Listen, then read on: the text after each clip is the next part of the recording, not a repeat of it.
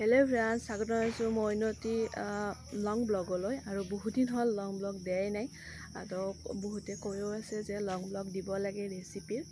তো আজি ভাবিছোঁ ৰেচিপিৰ এটা ব্লগে লৈ আহোঁ আপোনালোকৰ মাজলৈ। আৰু কি হয় মানে লং ব্লগবোৰত অকণমান মৰম দিলে তেতিয়া মানে বনাবৰ বাবে মন যায় আৰু। তো আশা কৰোঁ আপোনালোক সকলোৱে মৰম দিব। আৰু এতিয়াৰ পৰা ভাবিছোঁ কিছুমান ব্লগ লৈ আহিম আৰু ৰেচিপিৰে হওক বা ৰেচিপিৰো বেছিভাগ আনিম বুলি ভাবিছোঁ। মই আশা কৰোঁ এই ব্লগটোত মৰম দিব, তেতিয়াহে মানে মন যাব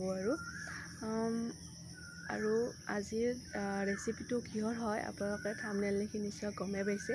তো মই এগ কাৰী বনাইছিলোঁ আৰু আশা কৰোঁ এগ কাৰী বনাইছিলোঁ আৰু ভাবিছোঁ আপোনালোকক দেখুৱাওঁ। আশা কৰোঁ ভিডিঅ'টো শেষলৈকে চাব আৰু মৰম দিব। এতিয়া বলক ভিডিঅ'টো ষ্টাৰ্ট কৰোঁ। প্ৰথমতে মই আলুখিনি আৰু কণীখিনি বইল কৰিম। তাৰ বাবে মই কুকাৰটোত দি লৈ এতিয়া মই এইটো গেছত বহাই দিম আৰু এইটো এটা দুটা চিটি মৰালৈকে এইটো থৈ দিম এনেকৈয়ে।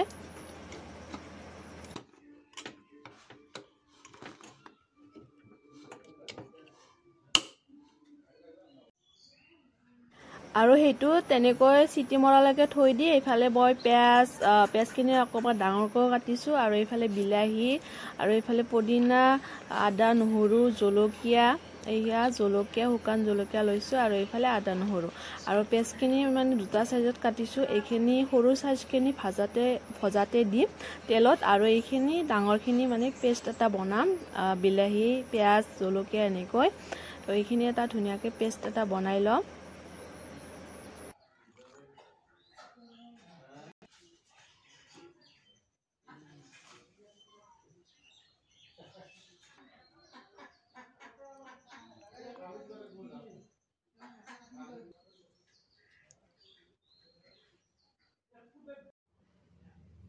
আৰু এতিয়া মই কণীখিনি কণী দিছিলোঁ 3টা আৰু এইখিনি উহোৱা হৈ গ'ল। আৰু উহোৱা হোৱাৰ পিছত মই বাকলিখিনি চেলাই ল'লোঁ আৰু লোৱাৰ পিছত এইখিনি 3টা 4টামান এনেকৈ মই চিন দি ল'ম।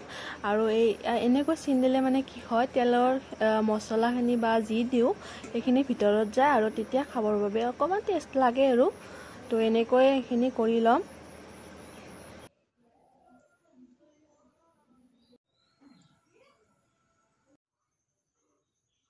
আৰু আজি মই এগ কাৰীখিনি কুকাৰটোতে বনাম, সেইটো কাৰণে মই কুকাৰটোত প্ৰথমতে তেল দি ল'লোঁ আৰু ইয়াতে মই প্ৰথমতে এইখিনি গৰম হ'ব দি দিলোঁ।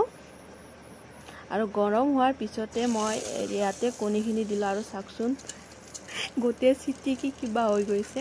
আৰু কণীকেইটা দি লৈ ইয়াতে মই দিলোঁ এতিয়া নিমখ আৰু দিম হালধি আৰু এইখিনি ভালদৰে ভাজি ল'ম।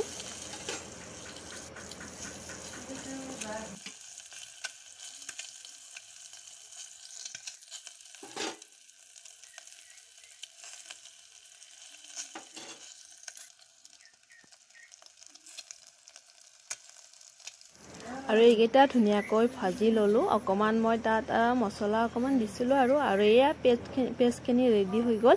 আৰু যিহেতু ইয়াত কণী ভাজিছিলোঁ সেইটো কাৰণে অকণমান ক'লা কিবা এটা লাগিছে আৰু একো নাই। তাত মই এতিয়া আৰু তেল দি দিলোঁ আৰু অকণমান দি পিনি এতিয়া মই দিম তাত পাঁচফোৰণ। আৰু এতিয়া দিম মই সৰু সৰুকৈ কাটি থোৱা পিঁয়াজখিনি। আৰু তেলখিনি যিহেতু বহুত বেছি গৰম হৈছে সেইটো কাৰণে অকণমান ধোঁৱা ওলাইছে। আৰু এতিয়া এইখিনি ভালদৰে ভাজি ল'ম ৰঙচুৱা হোৱালৈকে। আৰু এতিয়া দিম মই পেষ্ট এটা যি বনাইছিলোঁ সেইখিনি দি ল'ম আৰু এইখিনি একেবাৰে ধুনীয়াকৈ ভাজি ল'ম যাতে তেলটো উঠি লয়। আৰু ইয়াতে মই দিলোঁ হালধি, নিমখটো আগতেই মই কণী দিছিলোঁ আৰু ইয়াতে অকণমান দিছোঁ। দি পিনে এতিয়া এইখিনি চাওকচোন শুকাই গ'ল আৰু তেলখিনি অহালৈকে এইখিনি ভালদৰে ভাজি থাকিম। আৰু এতিয়া মই দিম বইল কৰি সানি থোৱা আলুখিনি এতিয়া দি পিনে এইখিনি ভালদৰে আৰু অকণমান ভাজি ল'ম।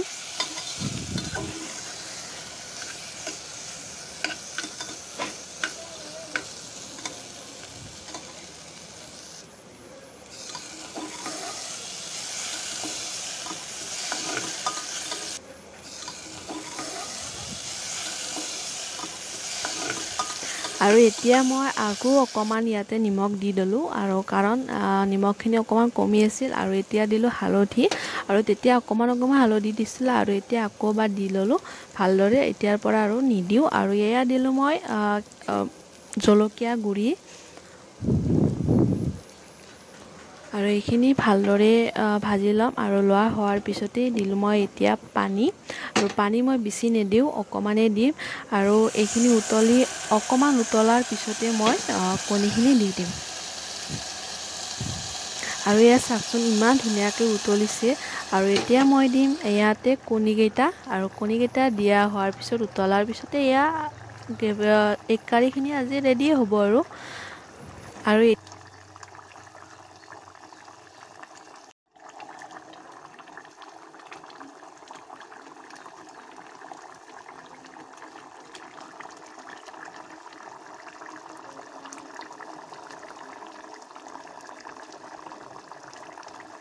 আৰু এতিয়া এগ কাৰীখিনি ৰেডি হৈ গ'ল আৰু এতিয়া মই কেইটামান মান ধনিয়া ইয়াতে দি দিম আৰু দিয়াৰ হোৱাৰ পিছতে অকণমান ঢাকনিখন মাৰি দিম যাতে গোন্ধটো সকল হৈ ওলায় আৰু এয়া ৰেডি হৈ গ'ল আৰু কেনেকুৱা মানে হৈছে আপোনালোকে কমেণ্ট কৰি জনাবচোন আৰু খাবৰ বাবে বহুত বেছি টেষ্টি হৈছে